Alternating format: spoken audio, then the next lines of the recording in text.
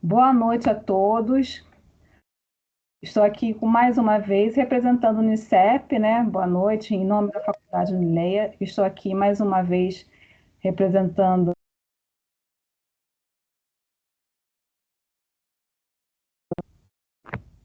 Por favor, não aperta o botão para mim, eu quero falar. Apertaram o meu botão para me mutar, mas agora estou aqui de novo, novamente, respirando. Boa noite. Meu nome é Tatiane, eu estou aqui em nome da Faculdade Unileia e do Unicep, que é o Núcleo de Iniciação Científica, Extensão e Pesquisa, que, entre outras coisas, é o responsável pela organização desses eventos, celebrando mais um dia hoje, né? Hoje a gente tem uma palestra muito interessante com a professora Mariana, é, chefiada, né, e com a responsabilidade do professor João, querido professor João, para trazer um tema muito interessante para vocês. Mas então, pelo menos a professora Luciana também está presente, gente. Boa noite. Eu tenho alguns recadinhos para dar para vocês. Recadinho número um. Depois eu vou fazer minha audiodescrição, tá? Que é importante também fazer. É, Por favor, fiquem com o microfone desligados para não dar algum tipo de microfonia, como o professor João já falou anteriormente, vou reiterar o pedido dele. É, por favor, não multem seus coleguinhas, assim como fizeram comigo, desligaram seu som. Não multem os seus coleguinhas. Tem gente aqui só para isso, só para ativar e desativar o microfone de vocês e ativar a entrada. Se vocês é, perceberem que alguém está entrando, pode, não se preocupem. Assistam a palestra, curtam a palestra, deem sua total atenção ao conteúdo da palestra, deixem esses pormenores que nós fazemos. Questão número um. Questão número dois. Essa palestra tem emissão de certificado? Tem, vai ter. Quando será lançada a lista para emissão de certificado? No momento final, tá, gente? Eu vou deixar disponível aqui no chat para vocês preencherem e responderem. Com calma, assistam a palestra, curtem a palestra com calma. Depois eu vou disponibilizar aqui no link, no chat, para que vocês possam responder. Agora, iniciando, eu gostaria de fazer minha audiodescrição. Eu sou descrita, meu nome é Tatiane, né? Novamente. Eu sou descrita como parda na minha certidão de nascimento, mas eu me considero uma pessoa negra. O meu fundo está embaçado, eu tenho cabelos pretos na altura dos ombros, eu estou portando um óculos de aro preto, um brinco, uma argola dourada, e eu tenho lábios bem grossos e estou trajando uma blusa azul. Professor João Linto, a palavra é sua. Mariana, seja bem-vinda e boa sorte, boa apresentação. Bom, depois dessa apresentação, eu acho que eu vou me começar pela minha autodescrição. Meu nome é João Olinto, eu sou um homem que pode ser considerado como pardo, mas eu sou negro. Todo meu rosto tem vários traços negroides, meu rosto é um pouco arredondado, meu nariz é um pouco avantajado, acho que é a melhor descrição que eu consigo fazer. Quem não consegue me ver, eu estou da cintura para cima. Sou um pouquinho careca, mas isso é de tanto estudar e é um prazer enorme estar aqui com vocês. Eu sou professor de letras da Unileia e eu trago aqui, tenho um prazer enorme de contar aqui, primeiramente com todos vocês que nos honram, né? Eu sei que muitos vêm do trabalho, muitos conseguiram tempo, têm essa oportunidade de aprendizagem. A Tatiane, que está aqui do Unicep, que está nos auxiliando, a professora Luciana, e caso eu não esteja vendo aqui, porque tem muita gente, outros membros da coordenação de licenciatura e de outros cursos que estão aqui presentes, e, claro, por último, mas não menos importante, a professora Mariana Roque, que atendeu o nosso convite. A professora Mariana Roque, ela é uma pesquisadora da área de linguística aplicada, que é doutoranda da UFRJ, e ela desenvolve toda uma pesquisa pensando no ensino da língua portuguesa. E ela trabalha tanto com a língua escrita quanto os gêneros textuais. E conversando com ela, eu fiz esse convite para que ela pudesse trazer uma fala para vocês. Alguns de vocês estão se preparando, inclusive, para o ENAD desse ano.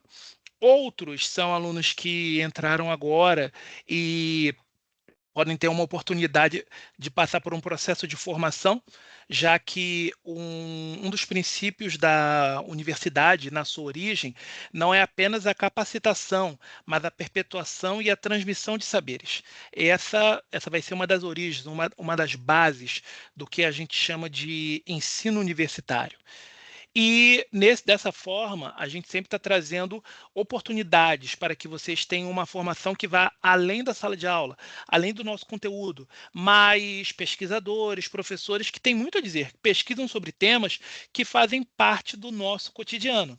Então, mais uma vez, agradeço a todos, agradeço à professora Mariana, agradeço também algumas pessoas que vieram aqui, que não são alunos da Unileia, mas acharam super interessante e estão aqui aproveitando para ter essa oportunidade. E, professora Mariana, por favor, a palavra é sua.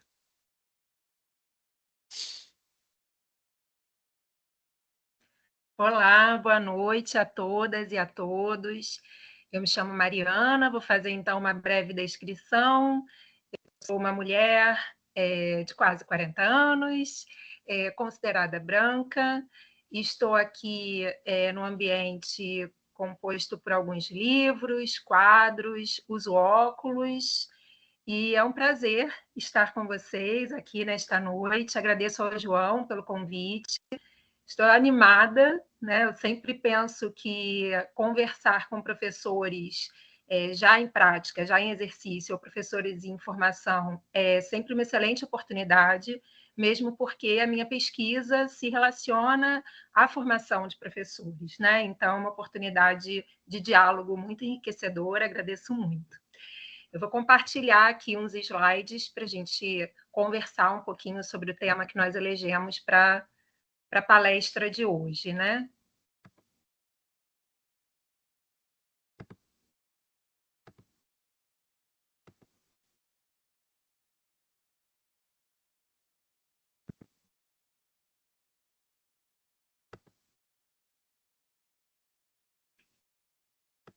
João, você consegue só me dar um ok, se aparece corretamente? Não, na verdade não está aparecendo, não.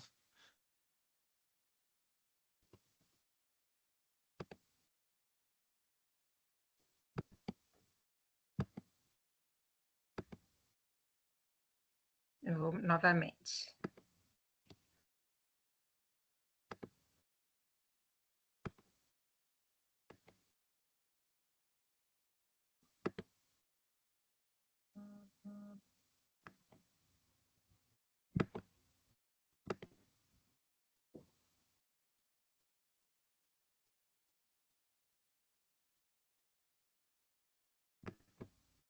E agora, João? Agora foi. Agora sim.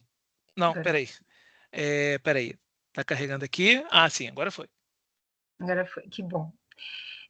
Bem, então, meu nome é Mariana Roque, eu faço doutorado em Linguística Aplicada pela UFRJ, e nós intitulamos essa fala de hoje, essa conversa de hoje, o ensino de gêneros textuais da esfera literária na escola, entre o reconhecimento e a travessia.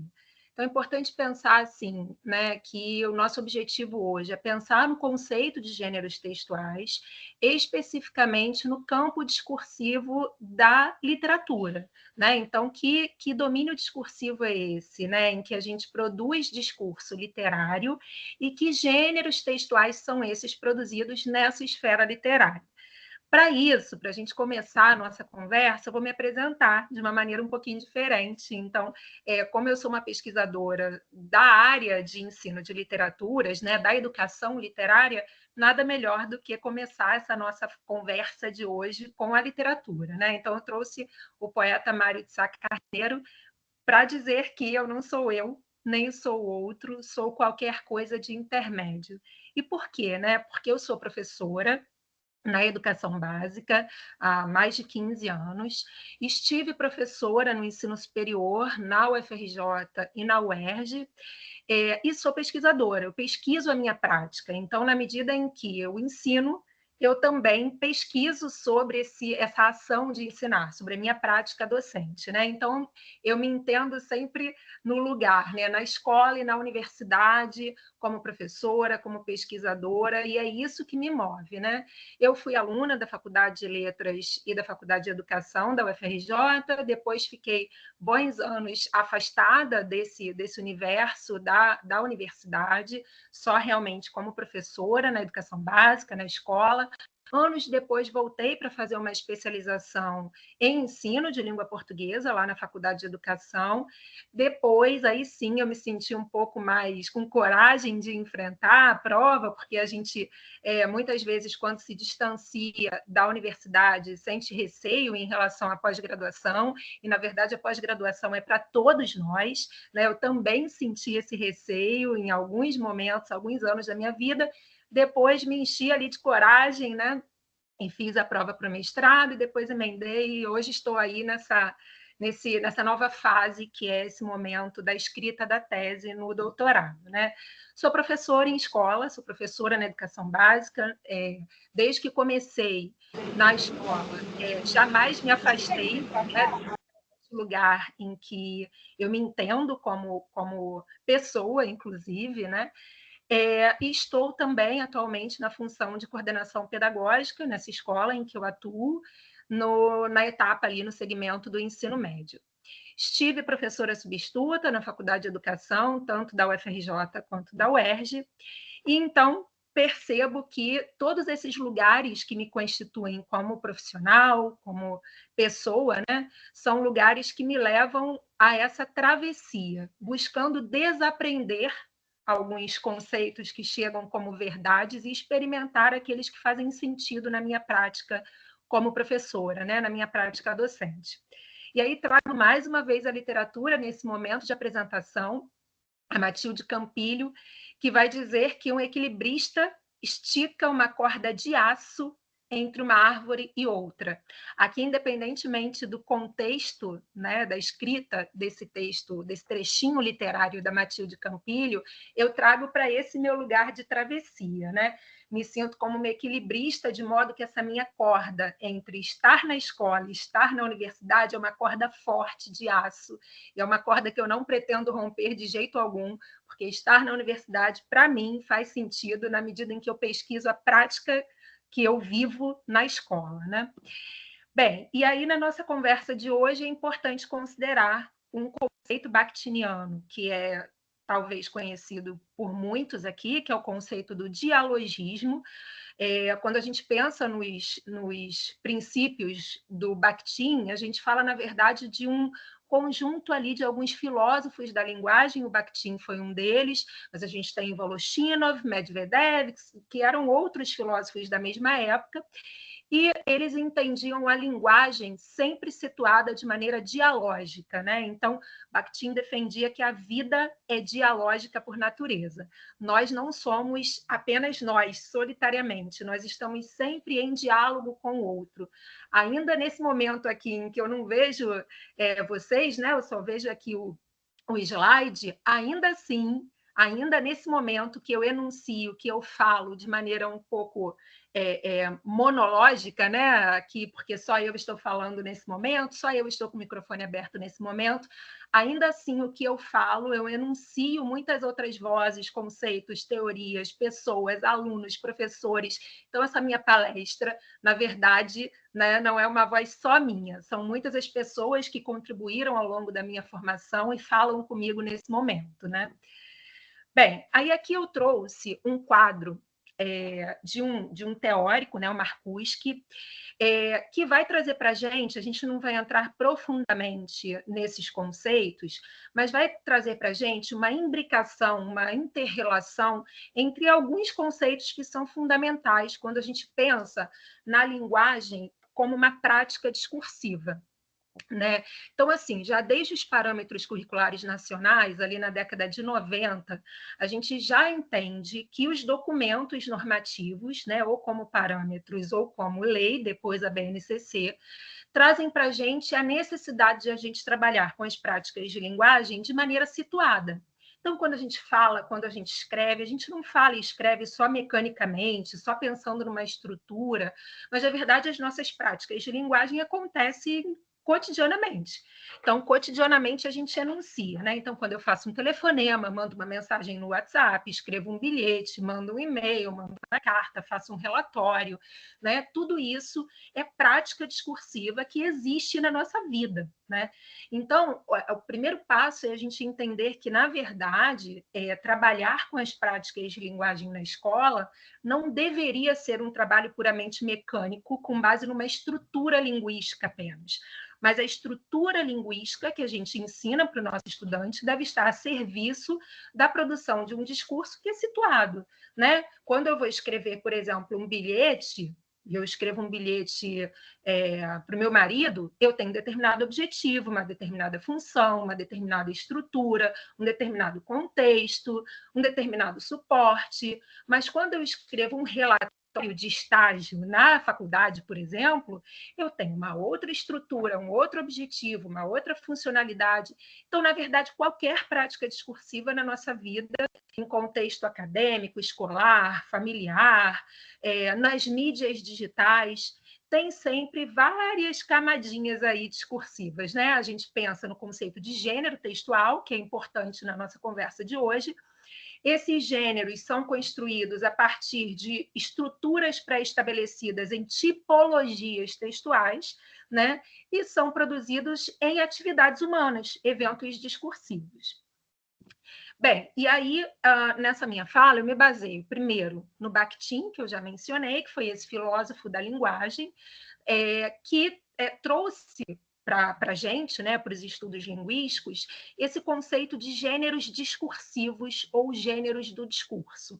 É claro que quando a gente lê o original ali, né, lê o texto do Bakhtin e vai ler os documentos legais, como os PCNs, né, os Parâmetros Curriculares Nacionais ou a Base Nacional Comum Curricular, nós vamos ver algum distanciamento, porque, na verdade, esse conceito inicialmente existia de uma determinada maneira e foi sendo adaptado para a realidade da educação, né? E aí eu vou me basear também no Marcuski, que aí sim traz para a gente esse conceito de gênero textual, já pensando na aplicação desse conceito para a realidade da educação, das salas de aula, né? Então, Bakhtin, aqui eu estou referenciando o ano da minha edição, né? Vai dizer que todos os diversos campos de atividade humana, então, conforme eu disse, né, no nosso cotidiano, na nossa família, no trabalho, na interação com as pessoas de modo geral, né, todos esses campos de atividade humana estão ligados ao uso da linguagem. E a linguagem é para a gente, obviamente, essencial, né? Tudo é linguagem. Né? Símbolos, determinadas cores, tipos de roupas, tudo comunica uma expressão, né, de linguagem. E aí, o emprego da língua, especificamente, efetua-se em forma de enunciados orais e escritos, concretos e únicos, proferidos pelos integrantes desse ou daquele campo da atividade humana. Então, aqui, né, é importante a gente pensar que nós interagimos por meio da linguagem, por meio do discurso, inevitavelmente na nossa vida. Né? Então, linguagem é vida, produção de linguagem é a vida pulsando por meio do discurso. E aí a gente vem, então, a esse outro autor, o Marcuski, que vai definir os gêneros textuais como fenômenos históricos profundamente vinculados à vida cultural e social. O que isso quer dizer? Bem, se nós formos pensar há uns anos, receita, por exemplo, eu tinha a receita lá no caderno de receitas da minha avó, que eu tenho até hoje.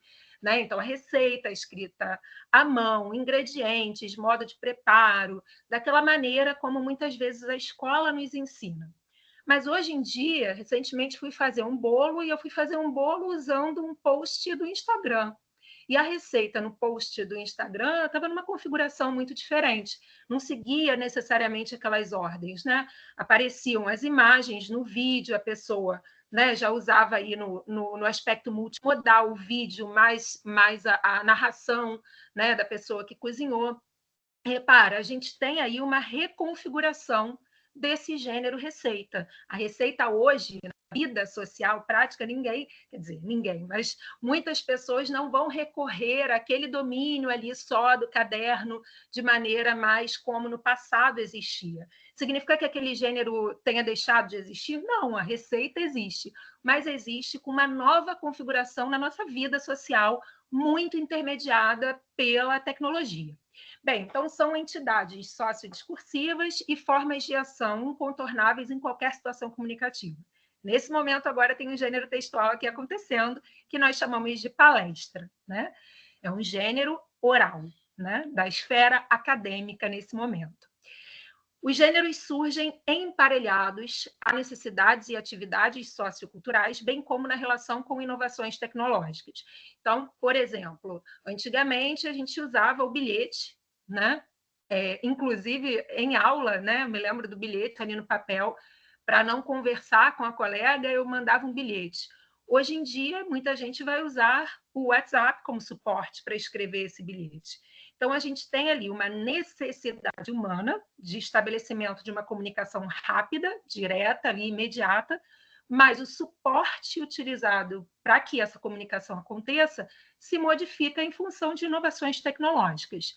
Então, nós estamos vivos por meio da linguagem e, então, os gêneros textuais vão se adaptando a essas nossas necessidades de vida. A tecnologia favorece o surgimento de formas inovadoras, mas não absolutamente novas, né? Porque, repara, quando eu digo que antigamente tinha o bilhetinho lá no papel e hoje em dia se troca o WhatsApp, a estrutura pode ser muito parecida. Então, não é algo completamente novo, mas há alguma inovação. E aí ainda o Marcuse, que vai nos dizer que os gêneros textuais caracterizam-se muito mais por suas funções comunicativas, cognitivas e institucionais do que pelas suas peculiaridades linguísticas e estruturais. Então, eu vejo assim, qual é o grande cuidado que nós, professores de práticas de linguagem, seja lá na educação infantil, nos anos iniciais, nos anos finais do fundamental, no ensino médio, mesmo na universidade, qual é o cuidado que é importante que nós adotemos aí na nossa prática docente?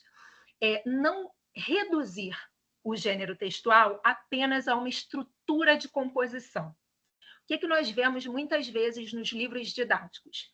Então, vamos trabalhar com o gênero receita, o próprio gênero receita que eu mencionei ainda há pouco. Qual é a grande preocupação da elaboração didática desse livro?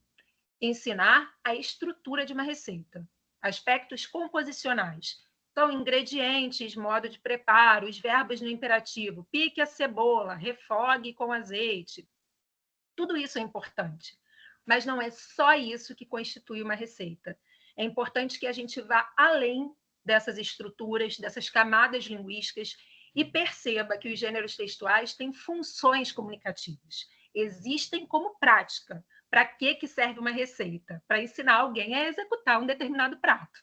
E não apenas para a gente corrigir ali, como professores, né? Verificando os verbos no imperativo. Os verbos no imperativo são importantes, mas estão a serviço da necessidade, nesse gênero, de instruir um determinado leitor a realizar uma determinada ação, que nesse caso executar ali uma receita. São de difícil definição formal, devendo ser contemplados em seus usos e condicionamentos sociopragmáticos, caracterizados como práticas sociodiscursivas. Então, mais uma vez, como prática, como vida. Gênero textual não é só teoria para ensinar na escola. Gênero textual existe na prática. Quase inúmeros em diversidade de formas, obtêm denominações nem sempre unívocas e, assim como surgem, podem desaparecer.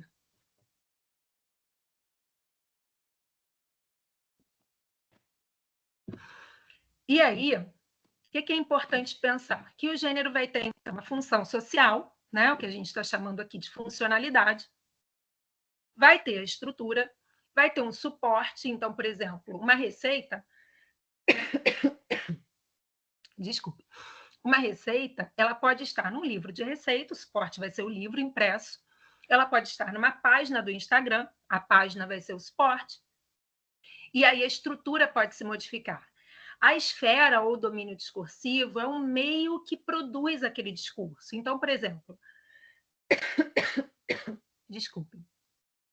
Na nossa conversa de hoje, nós vamos falar sobre gêneros produzidos na esfera literária. Mas uma receita é um gênero produzido numa esfera culinária, digamos assim. Uma notícia é um gênero textual produzido numa esfera jornalística. Uma palestra como essa que está acontecendo agora é um gênero textual produzido numa esfera acadêmica. Então, na verdade, é importante que nós tenhamos em mente que tudo isso constitui um gênero, né? Então, quando eu trabalho uma notícia, como eu estudante na escola, é importante que essa notícia exista na sua funcionalidade, não só para o professor corrigir e dar uma nota, né? É importante que a notícia cumpra a sua função social de noticiar fatos recentes.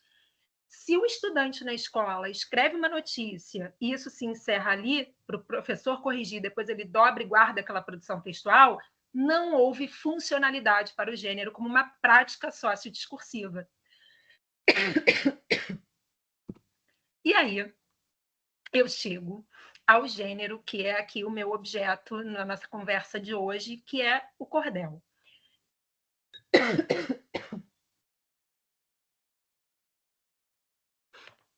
Bem, o gênero cordel é um gênero que talvez alguns conheçam mais, outros menos, mas é um gênero muito estigmatizado pelos manuais escolares, pelos livros didáticos, porque muitas vezes é reduzido a uma linguagem entendida como errada. Então, o cordelista é aquele que não domina a norma padrão da língua portuguesa e escreve errado.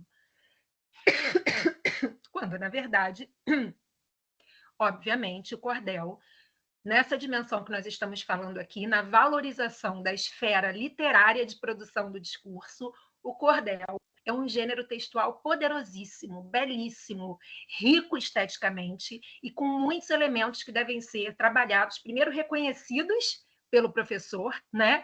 A gente precisa sentar, estudar esse gênero, estudar a esfera de produção dos cordéis, tanto do ponto de vista dessas capas belíssimas, quanto do ponto de vista da estrutura dos poemas, para então ensinar na escola esses gêneros como práticas literárias riquíssimas e belíssimas. Porque muitas vezes nós entendemos e valorizamos a literatura canônica, a literatura dos grandes clássicos.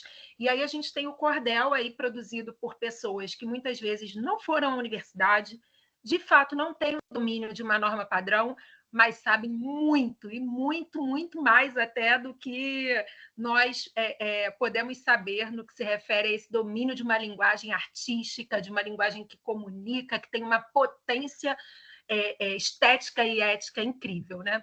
Mas vejam só aqui um recorte de um exercício de um livro didático para os anos iniciais do ensino fundamental. Tirei aqui de um livro didático adotado, existente, que diz assim: nestes cordéis criados por fulano, tem provérbios que foram introduzidos, alguns erros.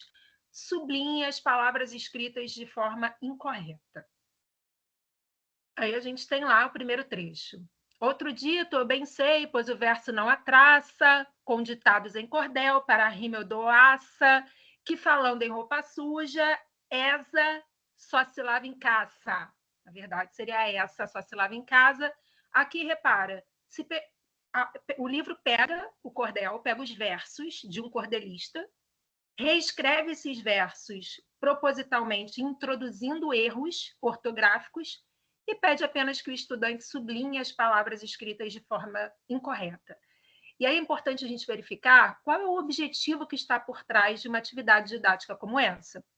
Porque, na verdade, o cordel já é um gênero da esfera literária, muito estigmatizado, muito rotulado como menor, como se fosse uma literatura menor, o que não existe, na minha percepção não existe. Eu não faço essa hierarquização de uma alta literatura, de uma baixa literatura. A literatura é um projeto artístico, estético, ético, né? Nesse caso, que eu acho que é potente ao extremo, mas que aqui foi reduzido a versos com necessidade de uma correção ortográfica. Então, vejam, em nada o livro ajuda a trabalhar o gênero textual da esfera literária como deveria, né? Considerando, de fato, todos aqueles elementos, a funcionalidade, a estrutura, o suporte, o domínio discursivo literário. E aí eu trouxe, para desconstruir essa visão pejorativa do folheto de cordel, eu trouxe um cordel de um outro cordelista, o Francisco Diniz, que vai dizer o seguinte, aqui sim ele apresenta o cordel como eu acho que nós deveríamos trabalhar na escola, né? Ele diz o seguinte, o que é o cordel? Literatura de cordel é poesia popular, é história contada em versos, em estrofes a rimar, escrita em papel comum, feita para ler e cantar. A capa em estilogravura, trabalho de artesão, que esculpe em madeira um desenho com punção, preparando a matriz para fazer reprodução. Mas pode ser um desenho, uma foto, uma pintura cujo título bem à mostra resume a escritura. É uma bela tradição que exprime nossa cultura. 7 sílabas poéticas cada verso deve ter, para ficar certo, bonito e a métrica obedecer, para evitar o pé quebrado e a tradição manter. Os folhetos de cordel nas feiras eram vendidos, pendurados num cordão, falando do acontecido, de amor, luta e mistério, de fé e do desassistido. A minha literatura de cordel é reflexão sobre a questão social e orienta o cidadão a valorizar a cultura e também a educação. Mas trata de outros temas, da luta do bem contra o mal, da crença do nosso povo, do hilário coisa e tal, que você acha nas bancas por apenas R$1. O cordel é uma expressão da autêntica poesia, do povo da minha terra que luta para que um dia acabem a fome e a miséria, haja paz e harmonia. Vejam só, né, a diferença de como esse cordelista apresenta aí, de maneira metalinguística, o que é o cordel. Né? Então, a riqueza desse gênero da esfera literária. O diálogo que o cordel estabelece entre o escrito e o oral. Né? Então, o cordel tanto é feito para ler, quanto para o cordelista cantar. Né? A capa, a estilogravura, que é produzida por um artesão, que vai esculpir ali o desenho numa madeira para depois reproduzir na capa. Né? O recurso da métrica, as 7 sílabas poéticas, as temáticas, os cordéis ainda são usados em algumas esferas, mas no passado mais ainda, como documentação do acontecido mesmo. Né? Pessoas no interior acreditavam que algum fato tinha acontecido quando o cordelista noticiava lá nos versos do cordel.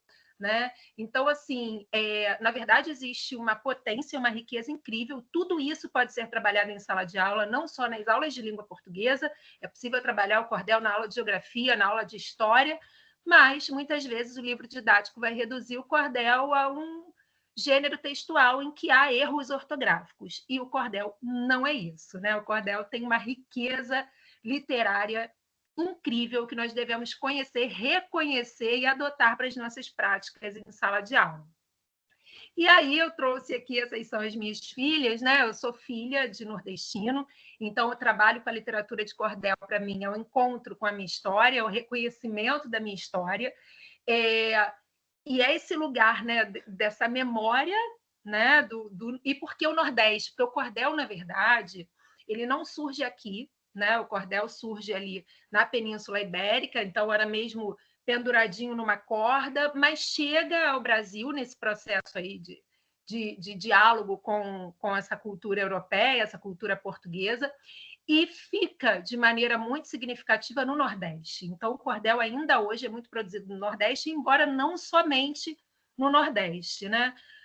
Daí, por isso, essa relação que a gente percebe entre o cordel e alguns discursos literários de outros escritores nordestinos.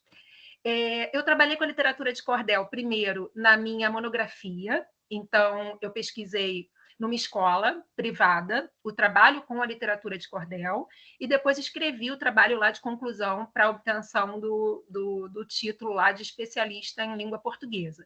Então, essas fotos aí são de alguns momentos e de alguns cordéis que foram produzidos nas minhas aulas de língua portuguesa e literatura na escola, mas eu também trabalhei com cordel na universidade. Então, houve um momento na UFRJ em que eu dava a disciplina didática da língua portuguesa, e orientava a prática de ensino. Então, os licenciandos iam para as escolas para fazer o estágio e tinham de fazer, no final, um relatório do estágio.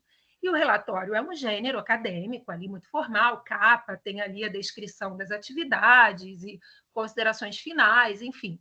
E eu fiz uma proposta diferente. Nós tínhamos trabalhado alguns textos sobre o ensino de literatura na escola, sobre a literatura de cordel e toda a potência para o trabalho com esse gênero textual da esfera discursiva. E aí eu propus que eles finalizassem o estágio deles não fazendo um relatório convencional, mas um cordel relatório. Então, essa foto aqui da direita, aqui no final, que tem várias pessoas reunidas, foi no final dessa disciplina, e eles produziram vários cordéis relatórios que ficaram belíssimos, e cada estrofe ia apresentando as aulas, né, de regência ou participação, coparticipação, que eles vivenciavam lá na escola em que eles fizeram o estágio, né? E aí eu trago o Helder Pinheiro, que vai dizer, não era só pesquisa em sentido técnico, era vivência, era convivência. Então, a minha relação com a literatura de cordel é uma relação que escapole um pouco desse viés só técnico e vai para a vivência mesmo e para a convivência, tanto com os meus professores, aqui na foto tem a minha orientadora lá da Faculdade de Educação da UFRJ e alguns professores do CAP da UFRJ, quanto com os meus estudantes na escola e na universidade. E aí, por quê? Né? Aqui eu vou apresentar um pouquinho de como eu vejo a literatura na escola, muito brevemente. Né?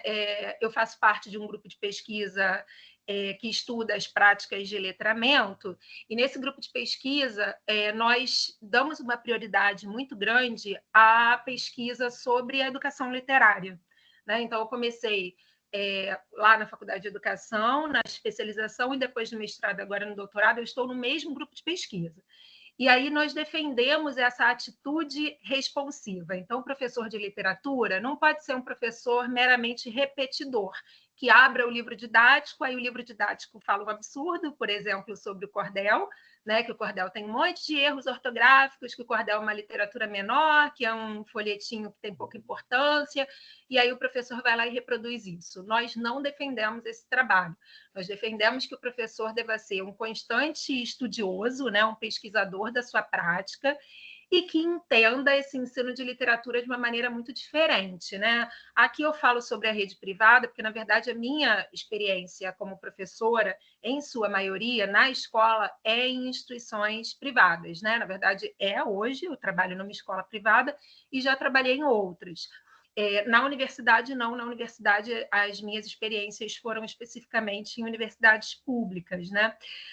Mas aí eu trago o Bakhtin, porque, na verdade, esse grupo de pesquisa que eu mencionei, que é o PLEL, é um grupo de pesquisa muito vinculado a esses estudos bakhtinianos, a essa perspectiva dialógica. Nós não estamos sozinhos, né? A nossa prática docente deve ser uma prática docente que dialogue com as teorias, mas que dialogue com os estudantes que estão ali. Precisa fazer sentido no que se refere à teoria, mas precisa fazer sentido para quem está ali aprendendo, estudando, lendo, vivendo ali a experiência com a literatura.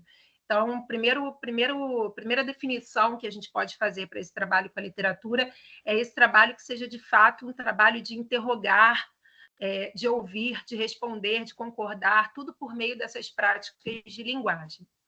E aí eu trago essa perspectiva de que a educação literária pode nos ajudar a construir pessoas melhores. Então, assim, na verdade, em vez de reforçar o preconceito de que o cordel é uma literatura menor, que tem erro, que é ruim, etc., eu faço um movimento contrário, que é de valorização desse discurso, né, desse discurso literário de origem popular e cheio de riqueza estética para a nossa sala de aula. E com isso eu tenho o objetivo, né, de fazer com que a escola seja um espaço mais plural, mais democrático, e que o meu estudante reconheça a potência em diversas produções discursivas da sociedade. Né?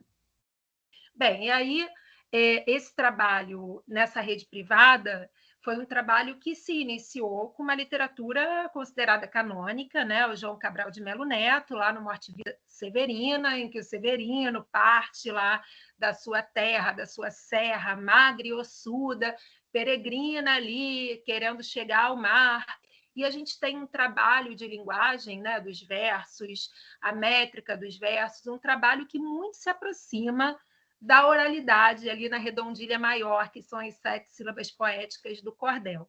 E depois que nós lemos na turma o Morte e Vida Severina, nós lemos o Alto da Compadecida, que inclusive virou filme, é super famoso, é uma obra belíssima e que vai agora ter a parte 2, né? Em dezembro vai lançar o Alto da Compadecida, o 2. E aí, no caso do Alto da Compadecida, desse escritor também nordestino, Ariano Suassuna. Nós lemos essas duas obras numa turma de 9º ano do Ensino Fundamental 2, né? O Ensino Fundamental anos finais, e aí nós poderíamos ler só do ponto de vista estrutural, só pensando, João Cabral de Melo enquadra em que escola literária, o Alto da Compadecida é o quê? É um texto dramático, por quê? Quais são os elementos estruturais?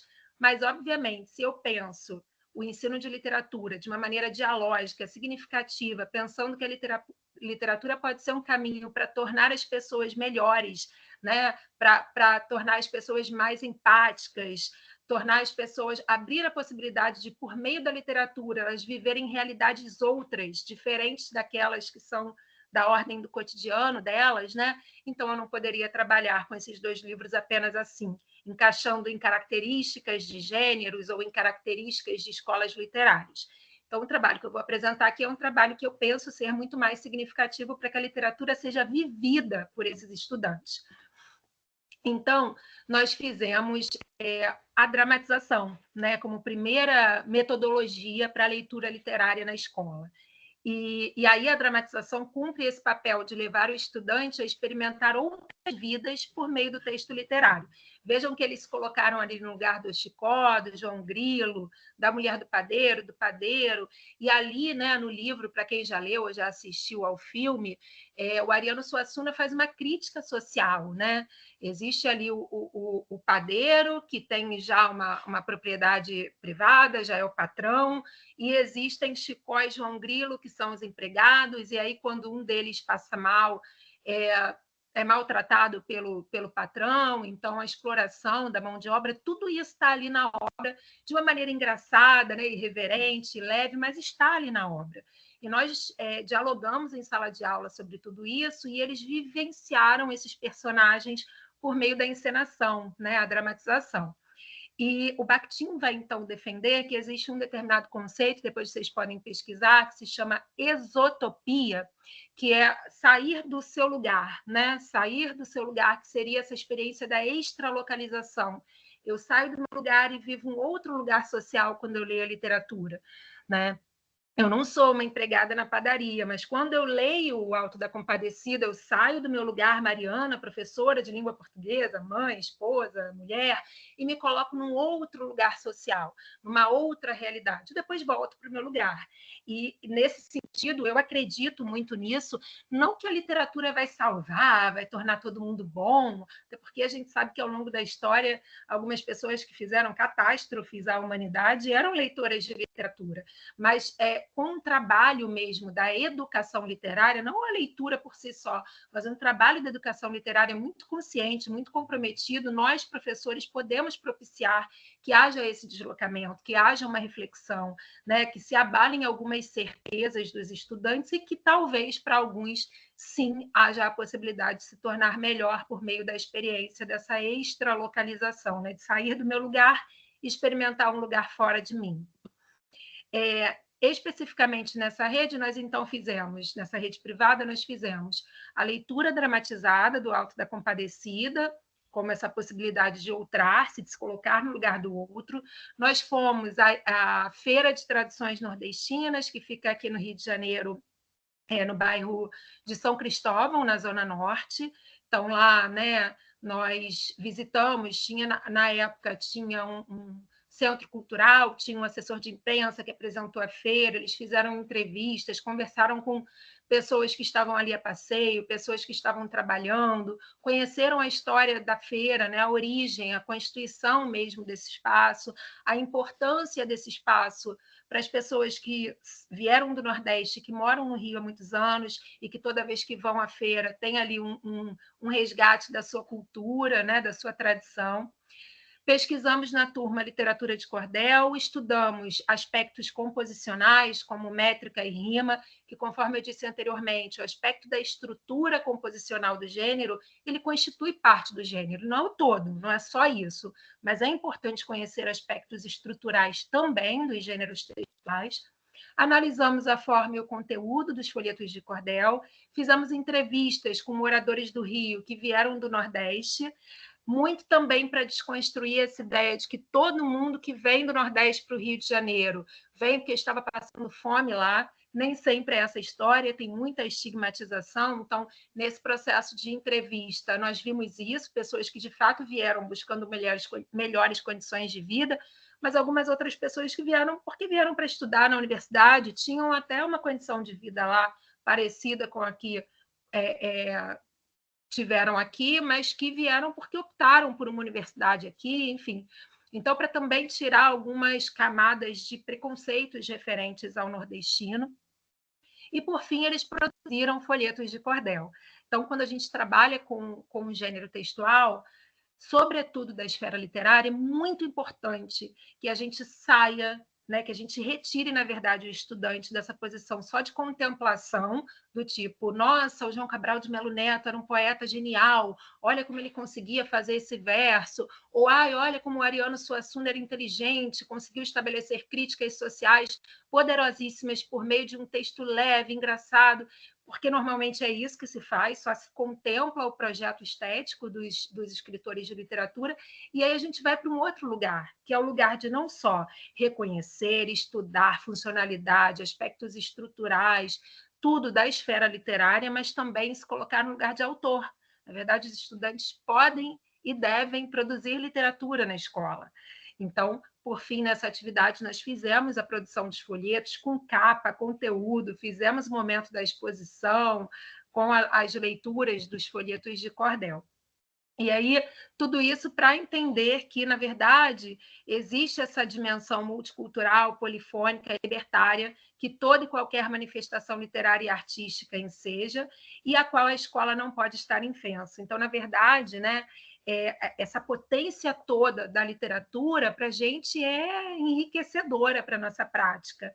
Abrir os ouvidos para os ritmos, para as falas, para os versos que viajam de boca em boca na experiência do povo, e não só ficar decorando características de escolas literárias ou de recursos estilísticos, decorando as figuras de linguagem. A gente não quer que nosso estudante decore nada por meio da literatura, a gente quer que ele viva mesmo a literatura, experiencie a literatura, né? De fato interaja nesse corpo a corpo com a literatura. E aqui tem um cordel que foi produzido por um dos grupos nessa turma, nessa escola da rede privada. E aí, claro, a gente percebe uma construção de estudantes, eles fizeram as estrofes com 4 versos só, normalmente no cordel a gente encontra 6 ou 7 versos, tem ali alguma estereotipação, que a gente sabe é um trabalho de escola, mas é um trabalho que deu a eles essa possibilidade de uma autoria desse discurso literário, né? Então, vai dizer lá, Cordel do Exílio. Lembro-me de minha terra, daquele sol escaldante, daquela ossuda serra em minha mente retirante. Águas do meu São Francisco, seu corpo tão relaxante, tão leve como chuvisco nessa seca abundante. O baião aquenta a alma com a vasta euforia, pintando paixão e calma, diga adeus, melancolia. Minha terra é xistosa, mas preciso admitir, não é tudo um mar de rosas. Eu tive que decidir. Ficar com minha família e não comer sequer pão? Ou dar adeus à manhinha, tentar lhe dar um tostão? Atirei-me na cidade, jurei para trás não olhar, pois apesar da saudade, meu lar quero ajudar. Tive um árduo destino, gente falando asneira, sou filha de nordestino, tenho sangue de guerreira. Sinto imensa saudade de tudo que eu deixei, cá tem oportunidade e fome lá eu passei. Meu coração se dizima, pois dói amá-los de longe, não deixe escorrer lágrima em meu moreno semblante. Mas conforta-me lembrar que eu não pude escolher, e para eles ajudar é necessário sofrer. Então, vejam aqui, né, o quanto que esse cordel ele foi construído em diálogo com uma das entrevistas, né, com uma pessoa que tinha se retirado do Nordeste, e aí eles construíram dentro de uma métrica, com a rima, tinha capa, tudo dentro, né, das características desse projeto literário do cordel especificamente, né, na literatura de cordel. E aí é importante entender que a escola precisa levar esses textos para a aula, que a cultura popular tem vitalidade e riqueza de experiências, e que privar os estudantes do conhecimento é empobrecê-los cada vez mais. E aí aqui eu entro num outro exemplo, também com o gênero cordel. Vejam que eu estou trazendo aqui experiências variadas com esse gênero, muito no sentido de inspirar que outros professores que talvez ainda não tenham trabalhado com a literatura de cordel se motivem a fazer, ou dialogar, ouvir depois, no momento em que a gente vai abrir para as perguntas, de repente ouvir experiências com o cordel, experiências em outros segmentos ou em outras realidades. A minha realidade aqui foi em escolas privadas e foi na universidade com o cordel relatório, né? Esse outro trabalho, primeiro, então, foi com alunos do 9º ano, esse aqui com alunos do 7º ano, numa escola privada, aqui do Rio de Janeiro, numa turma pequenininha. Nós não lemos o João Cabral de Melo Neto, Morte e Vida Severina, nem o Alto da Compadecida. Eu fiz um outro percurso.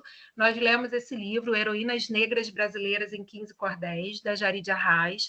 A Jaride, antes de publicar esse livro, ela publicou os 15 cordéis, né? Então, como cordelista, ela publicou os folhetinhos, né? Os cordéis, e depois eles foram reunidos nesse projeto, aí publicados como livro mesmo, né?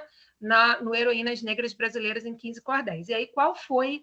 Na verdade, eu indico, para quem não conhece, indico que todo mundo leia esse livro, porque a gente tem o conhecimento, né, o reconhecimento de 15 mulheres negras fundamentais para a nossa sociedade, para a construção aí do nosso país, e que muitos não conhecem, ou conhecem, a gente vai ver ali das 15, conheço 2, 3, 4, 5, mas muita gente não conhece todas essas mulheres, e a Jaride conta as histórias de vida dessas 15 mulheres em versos de cordel, rimando, né, com métrica. Então, realmente é um trabalho literário riquíssimo, belíssimo. O livro é muito bonito e tem uma potência assim para a gente trabalhar. Dá para trabalhar no 5º ano, dá para trabalhar alguns cordéis no 4º, e até o ensino médio a gente consegue trabalhar com esses cordéis e pensar em metodologias ali diferentes, adequadas a cada segmento.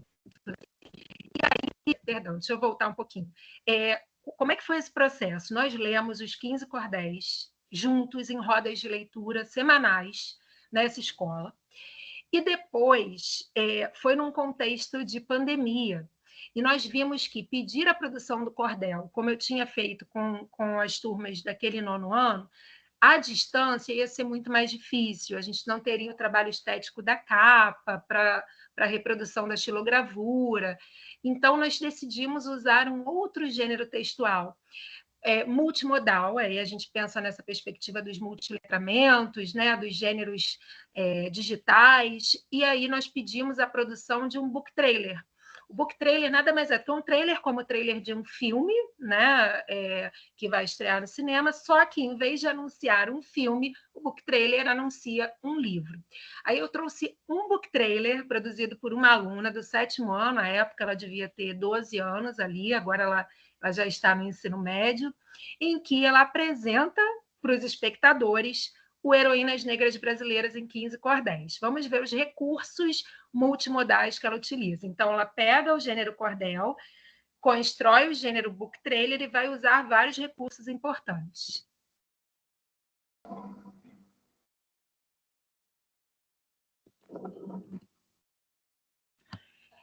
Então, vejam que esse trabalho, né, desse book trailer usou vários recursos, né? Essa estudante, Maria Eduarda, usou vários recursos, né? Imagens, não só a divulgação do livro em si, com os nomes das 15 mulheres negras que são ali priorizadas pela Jaride, nas biografias que são contadas em forma de cordel, né? Mas ela também utilizou manchetes e fotos de acontecimentos recentes naquela época, que denunciavam o racismo e o machismo na nossa sociedade. Então, ela se baseou no que o livro trouxe como um conteúdo literário, como projeto estético dessa escritora também nordestina, Jaride Arraes, e a partir dessa apropriação, ela faz esse book trailer muito potente, tanto do ponto de vista da música, quanto das escolhas, né, das imagens e das notícias. Então, é importante a gente pensar aqui no que a gente entende como discurso literário.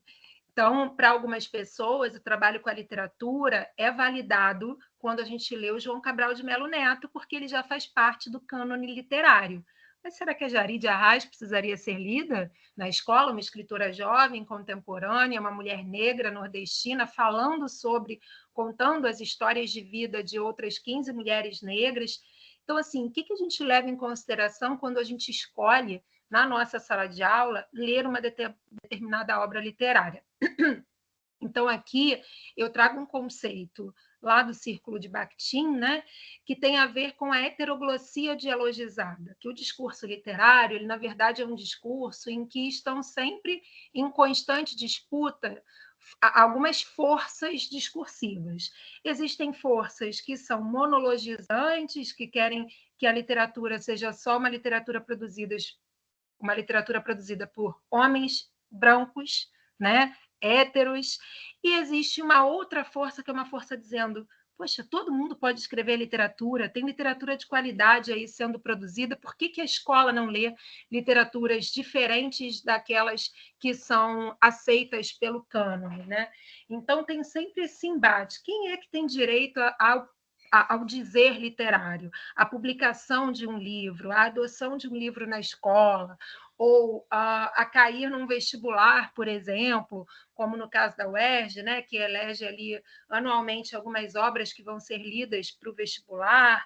Então, é importante que nós pensemos sobre esse campo literário e que existem algumas pessoas que são validadas pela escola. Quando a gente olha, né, ao longo das publicações das grandes editoras, quantitativamente, a gente tem mais produções discursivas de homens brancos, mas as outras pessoas também escreviam literatura. Por que não são publicadas pelas grandes editoras? Então, tudo isso eu levo em consideração quando eu escolho uma obra literária para trabalhar com a minha turma, quando eu escolho um gênero textual da esfera literária para trabalhar com a minha turma, quando eu escolho, por exemplo, se eu tenho ali uma determinada temática, mas eu tenho uma escritora negra, como a Jaride, e eu tenho um outro livro que já é canônico, que todo mundo conhece.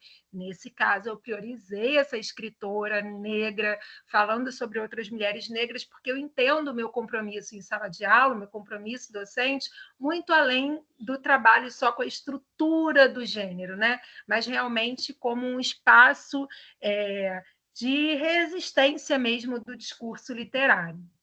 Então, eu vou passar aqui um pouquinho para a gente pensar quem que o mercado está legitimando, quem que a academia, no caso a universidade, está legitimando, a crítica literária e a escola, né? E aí, no que se refere a esse book trailer que a Maria Eduarda construiu, eu vejo que ela teve uma atitude de estudante dialógica, ativa e responsiva, ela buscou responder, ela entendeu o livro da Jaride Arraes de uma maneira muito ativa, e ela utilizou recursos para comunicar a compreensão ativa que ela teve da obra, né? Então, ela estabeleceu diálogo entre os eventos narrativos apresentados nos cordéis. Então, no cordel, a gente vai ter um cordel todo falando da Carolina Maria de Jesus, um cordel todo falando da Maria Firmina dos Reis, um cordel todo falando... deixa eu ver quem mais, já Adelina de Campos, entre outras, as outras todas mulheres que são apresentadas pela Jaride, e depois a gente tem o diálogo com a realidade da época ali de 2020, 2021. Ela seleciona uma música atual, né, que vai falar sobre ser sobrevivente, sobre não desistir, sobre não parar, sobre trabalhar duro. Repara que, embora seja uma música em inglês, né, o conteúdo da música é um conteúdo que dialoga com o conteúdo das histórias de vida dessas 15 mulheres negras do livro da Jaride. Ela utiliza alguns recursos imagéticos da obra literária, porque o cordel ele é todo cheio de ilustrações, né, que dialogam com as estilogravuras comuns ao gênero cordel, e ela também vai utilizar algumas imagens de acontecimentos recentes. Então, nesse caso, manifestações contra o genocídio da juventude negra, né? a luta é substantivo feminino, então manifestação contra o machismo, ela utiliza tudo isso e ela vai intercalando esses recursos, integrando esses recursos para a construção do book trailer. A gente percebe que tem esse movimento exotópico de acabamento, ela sai do lugar dela como uma estudante, moradora da Zona Sul, estudante branca, estudante de uma escola privada, ela sai do lugar dela e ela experimenta esse outro lugar. Ok, ela é uma menina com privilégios, mas e essas 15 mulheres, algumas que não puderam estudar, que não puderam trabalhar, que tiveram sua vida interrompida, seus sonhos interrompidos por tanta violência, por tanta opressão. Então, ela sai do lugar dela, experimenta esse outro lugar social, né, para construir o book trailer de uma maneira muito ativa.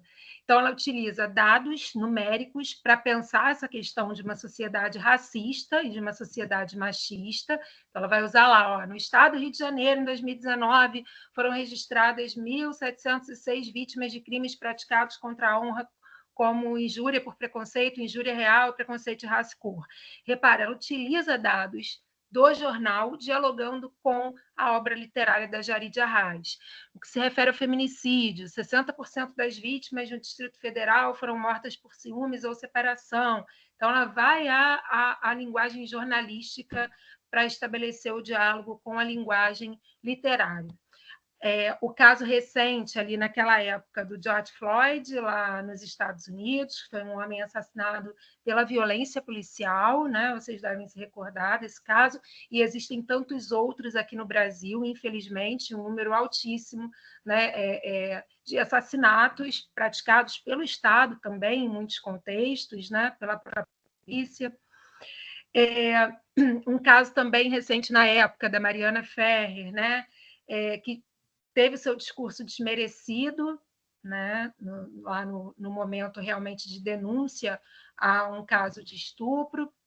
E aí a gente entende que, na verdade, esse trabalho com o livro da Jarid é um trabalho com o que a gente chama literatura de reexistência, porque o corpo negro, a gente sabe no nosso país, mas não só no nosso país, né, no mundo, é um corpo que precisou e precisa insistir nessa sobrevivência por todo o processo de racismo estrutural que nós vivemos, né?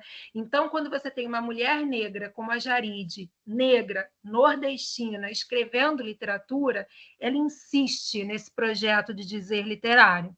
Então, o nosso trabalho em sala de aula é um trabalho com o que a gente chama de literatura de reexistência, que é toda a produção literária de autoria periférica, de autoras e autores periféricos que ressignificam esteticamente a opressão de que são vítimas, fazendo da literatura um terreno de sobrevivência ao colonialismo, ao racismo, a toda e qualquer forma de depreciação das subjetividades não hegemônicas. Ou seja, são pessoas que não estão nos centros, né, não estão em centros de privilégio e que, portanto, se valem do seu lugar de opressão para ressignificar essa experiência esteticamente e eticamente, construindo obras belíssimas que a gente não só pode, como deve levar para as nossas salas de aula, para adotar, conhecer, estudar, também no que se refere às literaturas indígenas, por exemplo, que são pouco estudadas nas universidades, né?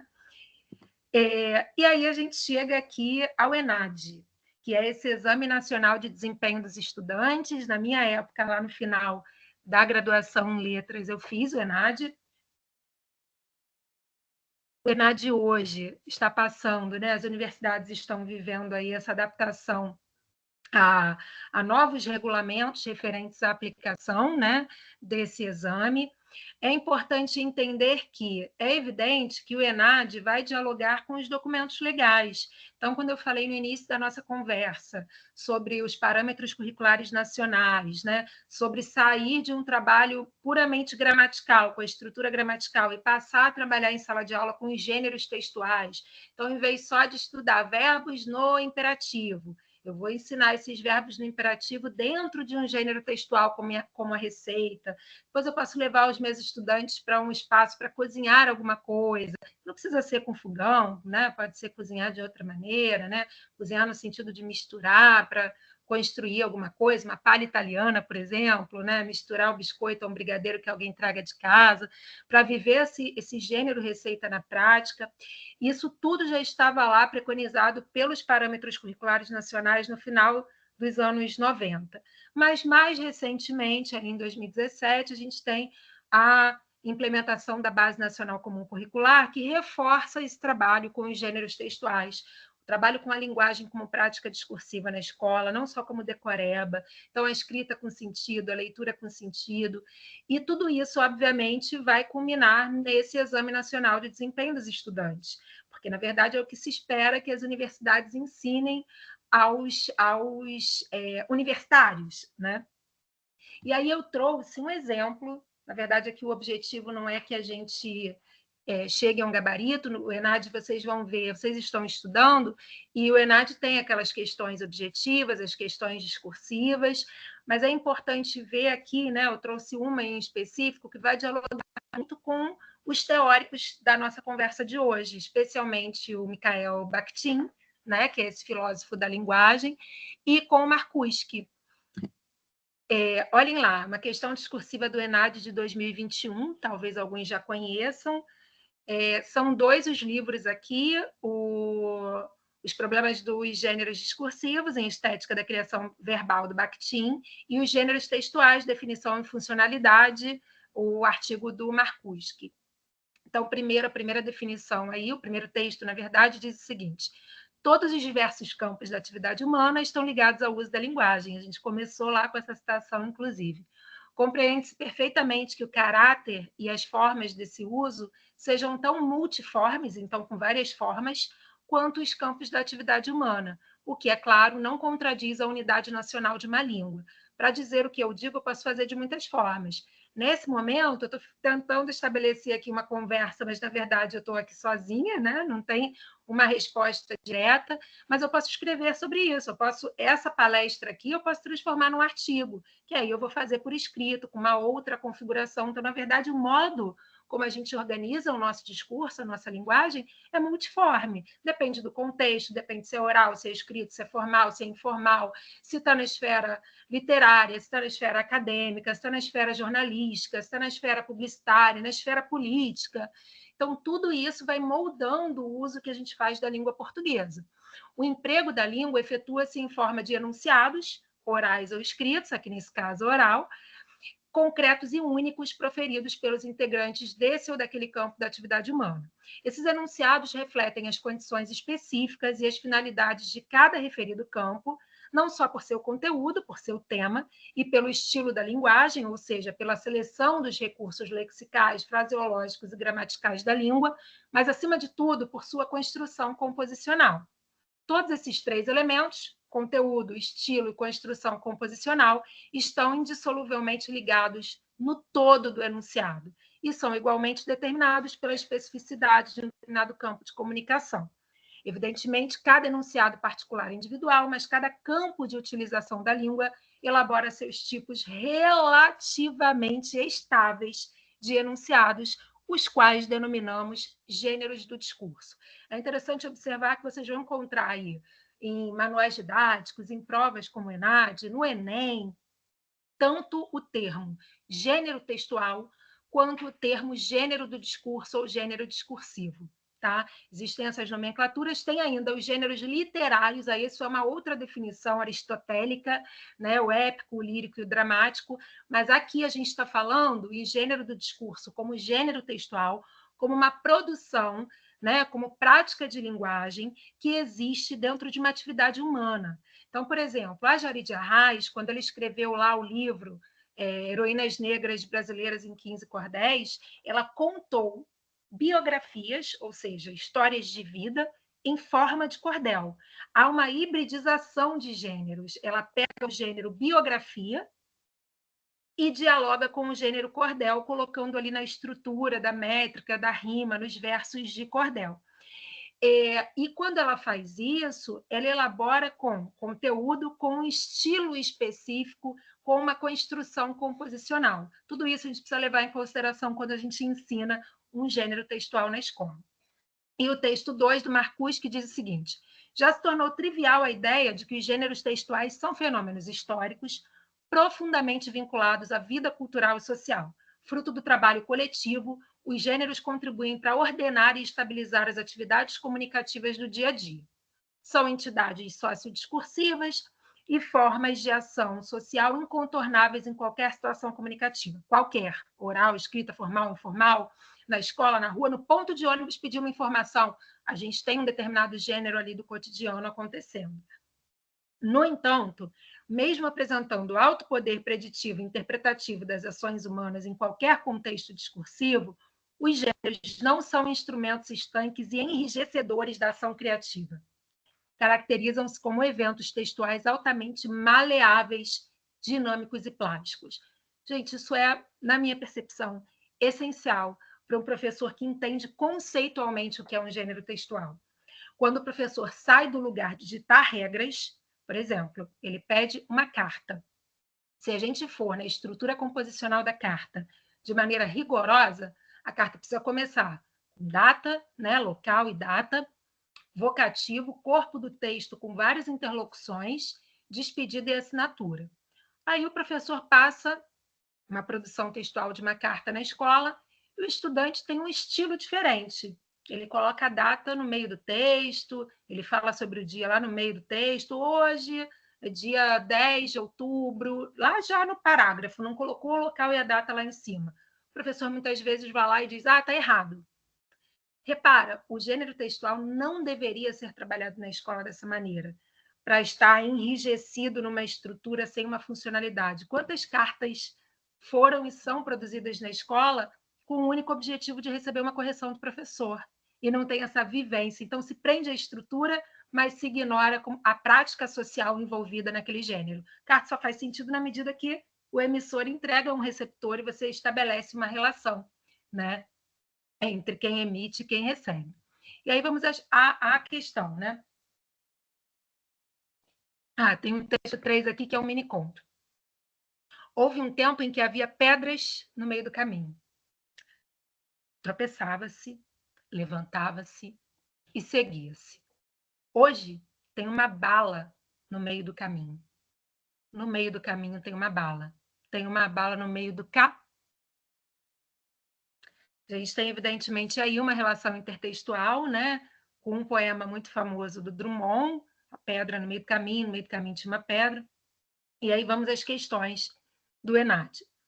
Considerando os textos apresentados, faça o que se pede nos itens a seguir. Então, letra A. A partir das ideias dos textos 1 e 2, então, Bakhtin e Marcuse, discorra sobre a estabilidade relativa dos gêneros do discurso ou gêneros textuais. Repara aqui o que eu disse, né? A gente tem aqui no próprio enunciado do ENAD essa ampliação, tanto você pode chamar de gênero do discurso, que é a nomenclatura bakhtiniana, quanto pode chamar de gêneros textuais, que é o modo como os documentos oficiais e a escola se apropriaram do conceito. E o enunciado está falando sobre essa estabilidade relativa. Você tem uma determinada estrutura, né? Mas o gênero ele é maleável, é plástico, né? Então a receita hoje pode ser propagada num videozinho de 30 segundos no, sei lá, TikTok, não sei se TikTok tem 30 segundos. Mas você tirou de um contexto só escrito num livro e transformou esse gênero receita. Isso acontece com vários outros gêneros, porque eles são plásticos e maleáveis e devem ser trabalhados na escola como tal, né?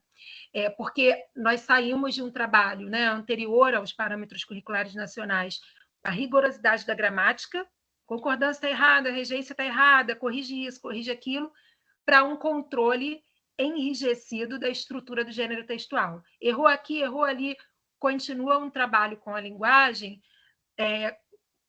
de alguma maneira, um trabalho que oprime, né, o estudante a escrever, porque parece que ele está sempre errando, quando, na verdade, muitas vezes o que ele constrói quando escreve um gênero textual é uma plasticidade, um estilo diferente de composição, né? Claro, sempre orientado pelo professor.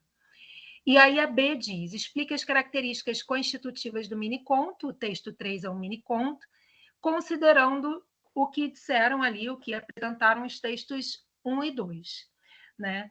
Então, vejam que a letra A é uma questão puramente teórica, né, em que o universitário que está fazendo o ENAD precisa discorrer sobre o que ele entende como estabilidade relativa dos gêneros textuais, e a B não. A B relaciona o conceito de gênero textual a um gênero textual da esfera discursiva específico aqui, que é o mini-conto, né? Vejam o que foi publicado como padrão de resposta, né? Que não é bem gabarito, gabarito aparece lá na parte objetiva, mas aqui na discursiva a gente tem um padrão esperado ali de resposta. Ao item A, se diz que, em relação à estabilidade relativa do gênero textual, o respondente, né, o universitário aí respondendo a questão, deve desenvolver um dos seguintes aspectos: a plasticidade do gênero em favor da criatividade humana, a maior relevância das funções comunicativas, cognitivas e institucionais do gênero em relação às suas peculiaridades linguísticas e estruturais, a importância das condições de cada campo da atividade humana. Se eu vou escrever uma biografia sobre a Carolina Maria de Jesus, em forma de biografia, em parágrafos, eu vou ter uma construção diferente do que fez a Jari de Arraes quando contou a história da Carolina Maria de Jesus em cordel. Eu tenho ali campos de atividade humana diferentes. Uma tem um projeto literário, a biografia pode ser um trabalho jornalístico, um trabalho escolar, um trabalho acadêmico, né? A determinação dos gêneros pela especificidade de cada campo da comunicação, a historicidade dos gêneros, a relevância da sugestão nesse gênero. Então, tudo isso aí pode ser apontado para desenvolver esse item A, né? A resposta ao item A. E o B fala das características constitutivas do mini-conto. Então, pensar nesse gênero mini-conto, que tem que ser curtinho, que recorta o momento sócio-histórico, ele fala em bala, então está falando em violência, né? O caráter mais recente desse mini-conto, pode-se falar do diálogo com o poema do Drummond, A Pedra no Meio do Caminho. Então, assim, aqui a gente tem encaminhamentos para a resposta que vocês poderiam construir nessa questão, considerando o que nós conversamos aqui sobre gênero textual.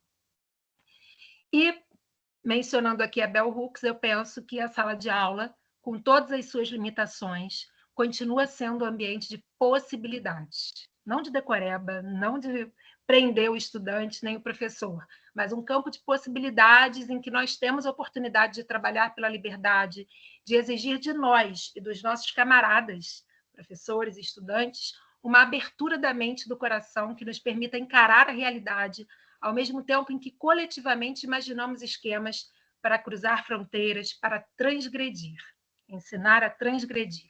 Isso é educação como prática da liberdade. E não há educação sem amor. O amor implica luta contra o egoísmo. Quem não é capaz de amar os seres inacabados não pode educar. Aqui tem algumas referências, eu me coloco à disposição se alguém quiser, se eu puder, né, compartilhar algum texto ou alguma sugestão de leitura teórica. Esse é o meu e-mail. Estou aberta à conversa também por e-mail. E agora a gente pode abrir espaço para as perguntas. Bom.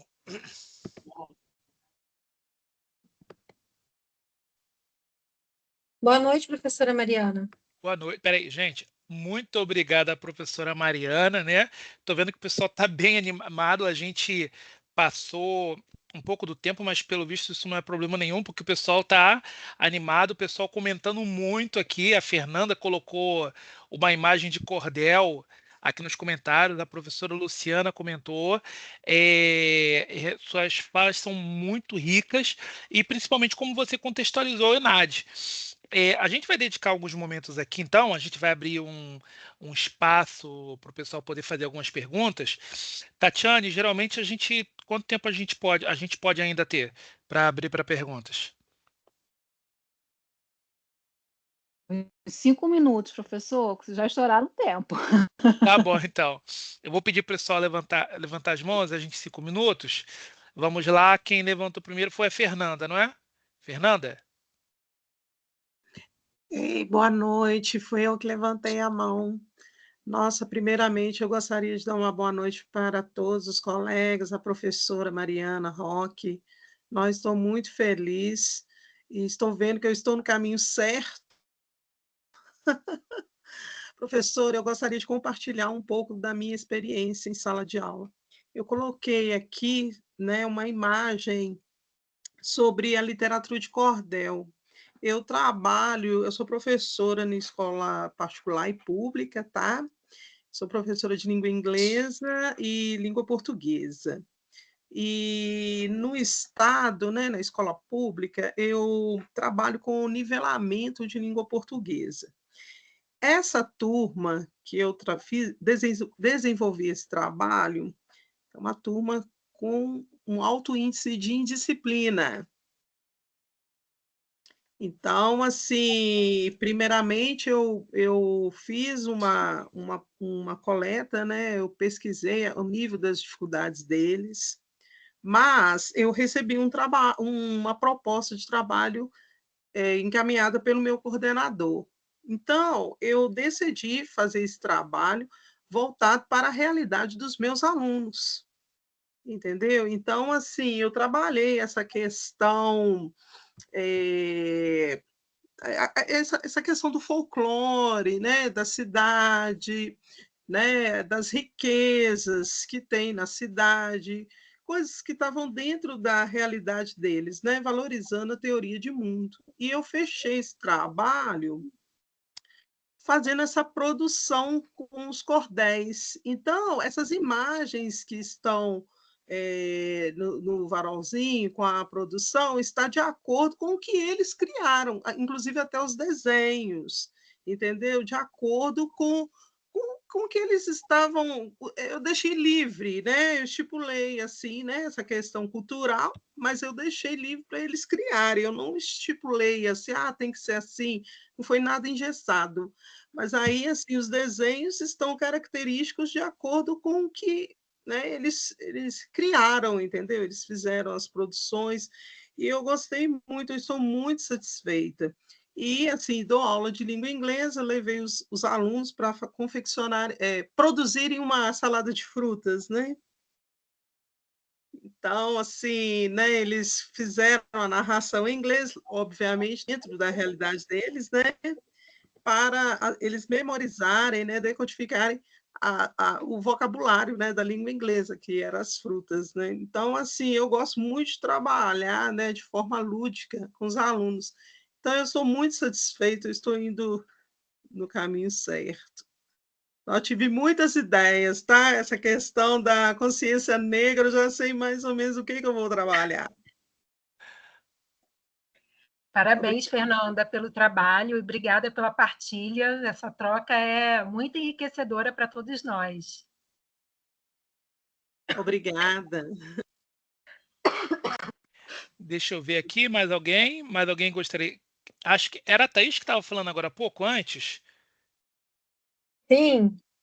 Oi, Thaís, desculpa interromper você, tá?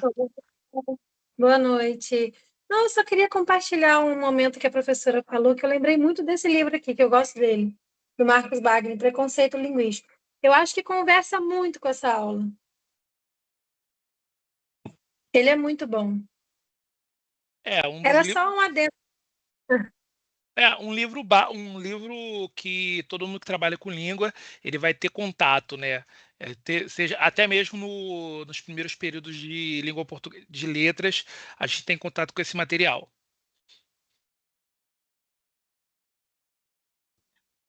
Deixa eu ver, mais alguém tem aqui Unileia 115, que levantou a mão.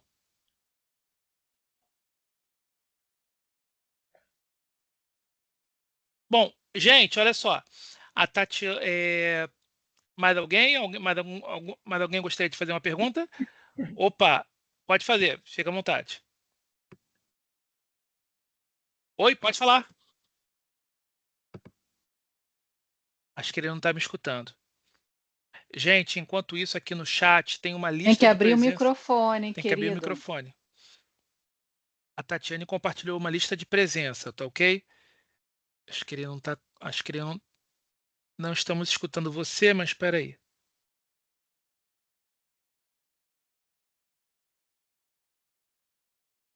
A gente não está escutando. Bom, Gente, tem uma lista de presença aqui no chat que a Tatiane também deixou fixado, que é por meio dela que vocês vão ganhar depois uma certificação de presença aqui, tudo bem? Tá Tudo aqui, bem. tá aqui fixo. Bom, mais alguém? Mais alguma alguém gostaria de fazer alguma pergunta?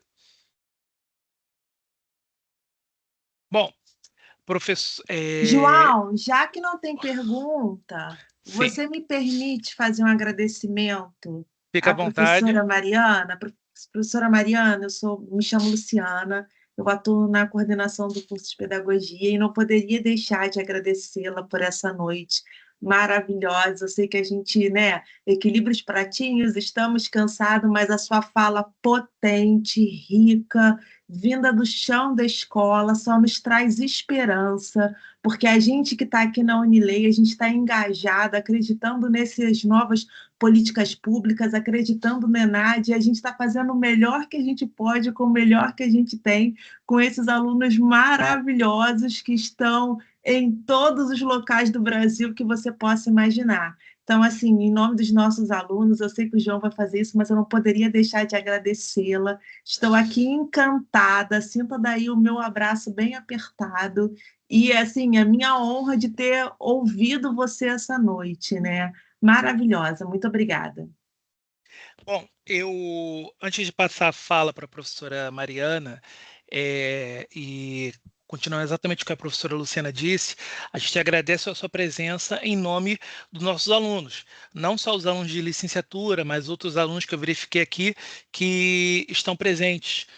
Muitas vezes, hoje em dia, até hoje, nós temos uma constante discussão sobre o que é o espaço universitário, o que é a universidade, o que se aprende. E nós temos uma constante progressão desse processo de mercantilização do espaço universitário e a busca uma volta para esse tecnicismo. A ideia de que a universidade deveria ser um lugar para a capacitação técnica, o que, de certa forma, ele está na origem do seu processo desde meados do século XIX, mas não pode se esquecer exatamente que a universidade, como é um espaço de transformação, é um espaço no qual as pessoas também discutem não só a teoria, mas prevêem a prática. Então, quando nós procuramos pensar, e o Moran fala sobre isso, ele fala sobre a escola que os nossos alunos querem, nós devemos pensar também qual é a universidade que os nossos estudantes querem. Qual é o tipo de cidadão que vive numa sociedade letrada, que é a base principal do nosso status quo, qual é o tipo de cidadão que ele quer ser e qual é o tipo de professor que nós devemos ser para formar esses novos alunos que vão ser os cidadãos do amanhã. Então, eu agradeço a presença, sua palestra maravilhosa, super rica. Eu estava falando com a professora Luciana, que dialogou muito com muito da legislação pedagógica e com os ODS, principalmente quando você falou sobre a questão da mulher, da questão da mulher negra, sobre uma das novas ODS que falam sobre o racismo no Brasil. E senão eu vou parar aqui, senão eu me empolgo muito. Professora Mariana, por favor, fique à vontade. Obrigada, João. Obrigada, Luciana. Foi um prazer conhecê-los. Thaís, a indicação excelente, né? Preconceito Linguístico, um livro, né, que é fundamental para a nossa formação. E eu vejo assim, mesmo depois que a gente termina a faculdade, eu sei que alguns estão fazendo a segunda graduação, depois a gente vai para a pós-graduação e vai para a sala de aula e a gente permanece estudando, pesquisando sempre. Essa inquietação, né, rumo à transformação, não aceitar que as coisas devam ser como estão, né? Todos dizem que a sociedade é racista, machista, continua tudo como está. Não, o nosso poder na educação é muito grande. A gente precisa acreditar que a gente pode transformar, estudar muito, pesquisar a nossa prática. O que Fernanda compartilhou aqui com a gente o trabalho dela em língua inglesa, o trabalho dela lá nos anos iniciais, se não me engano, né, produzindo ali o cordel.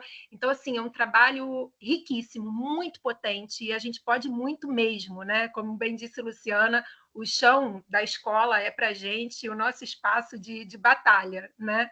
E para isso a gente precisa se fortalecer com teoria, com estudo, com leitura e com coragem e valentia para enfrentar, né? E temos aí a legislação com toda essa documentação recente, trazendo esse embasamento com práticas de linguagem, e tenho certeza de que vamos nos encontrar por aí, né, pela universidade, pelas escolas, e que a nossa luta continue. Obrigada, gente, pela oportunidade do diálogo. Obrigado. Gente, quem puder todo mundo ligar a câmera para a gente bater uma última foto. Opa. Luciana, professora Luciana, pode dar um print para a gente?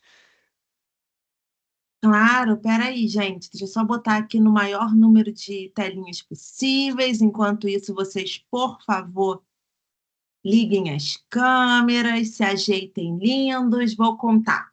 1, 2, 3 e aquele sorriso! Ficou lindo. Vou compartilhar com vocês.